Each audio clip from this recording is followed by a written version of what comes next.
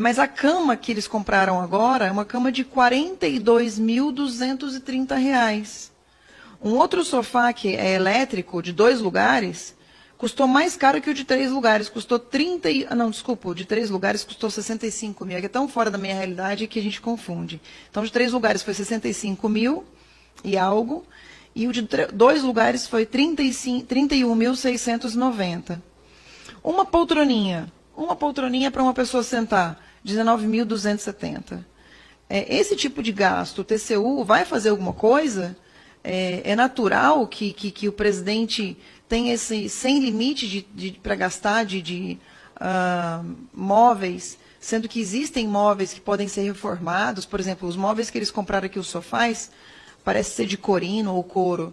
Eles poderiam, por exemplo, reformar os sofás anteriores, é o que qualquer família humilde faz. E ele se colocou durante toda a campanha como sendo uma pessoa do povo, né? Uma pessoa que é humilde. Aí, de repente, a gente vê uma bolsa da Janja que custa mais do que o salário do presidente, de um salário do presidente.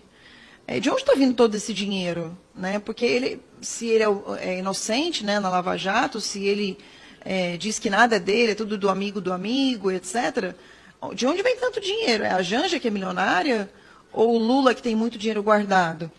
Eu acho que tudo isso tem que ser explicado, mas principalmente, não só o passado, como daqui para frente não continuar fazendo esse tipo de balbúrdia com dinheiro público, né, com dinheiro do consumidor. Enquanto o Lula, da campanha, dizia que uma pessoa da classe média não podia ter mais de uma televisão em casa e que o carro podia ser um carro simples, esse Lula não é o mesmo Lula que está lá na Alvorada.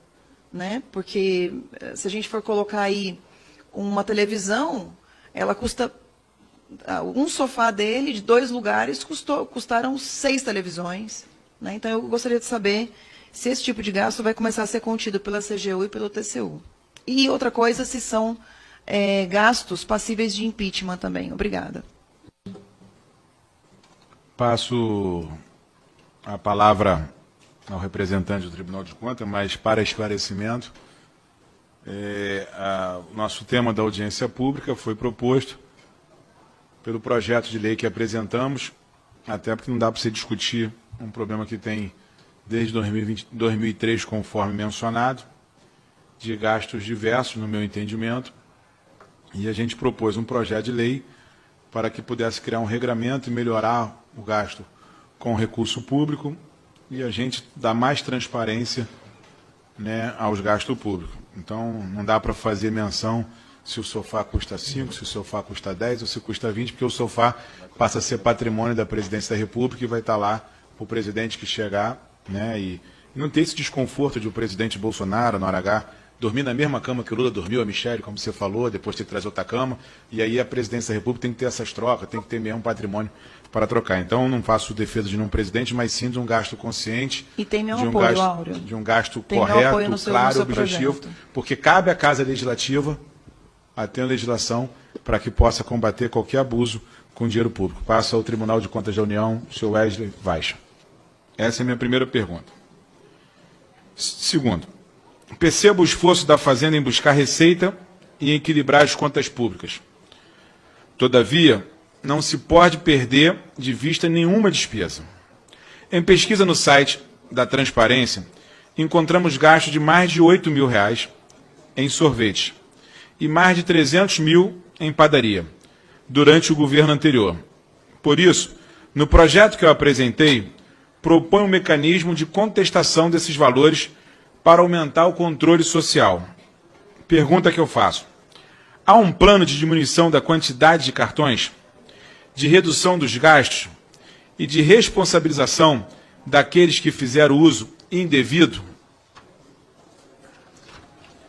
Terceira, notícia do UOL, em janeiro de 2023, trouxe que os gastos com os cartões nos 4 anos do governo Bolsonaro foi de pouco mais de 75 milhões. A agência, fiquem sabendo, no entanto, havia solicitado via LAI as mesmas informações e recebeu uma planilha com os gastos discriminados no total de 26 milhões. Os dados dessa planilha foram amplamente divulgados e acredito que seja de conhecimento dos senhores. Essa mesma planilha mostrou despesas desproporcionais. Além das despesas que já mencionei com sorvete e padaria, foram 10 milhões e meio em hotéis, 73 mil em um posto de combustível em um único dia e mais 62 mil em uma panificadora em São Francisco do Sul, Santa Catarina, também num único dia. Afinal, que tipo de gasto pode ser feito com o cartão corporativo e o que justifica esse tipo de despesa? Não há alguma forma de os sistemas de controle identificarem de forma automática gastos que fogem do padrão? Pergunta número 4, ao Tribunal de Contas da União.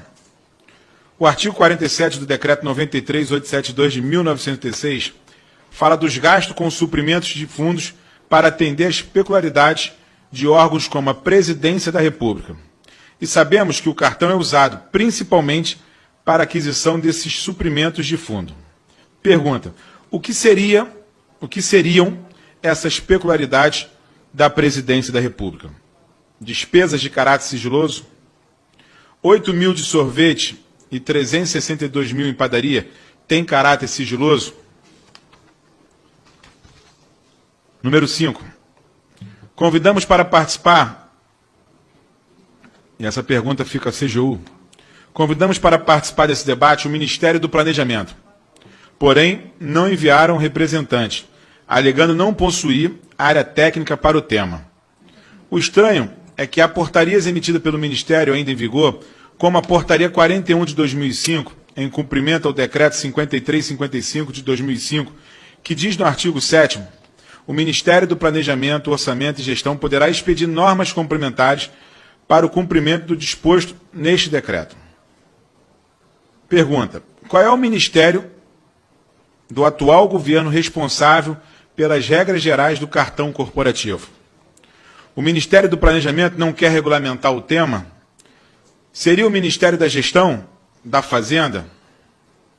Essa pergunta fica direcionada à CGU. O governo Dilma Rousseff, de 2011 a 2016, gastou cerca de 52 milhões. O governo Lula, de 2003 a 2010, gastou cerca de 107 milhões. Há aparentemente uma redução, mesmo que pouca, das despesas com cartão corporativo. Pergunta: houve realmente uma diminuição dos gastos? Ou, nesse período, alguma mudança na regulação restringiu o uso do cartão?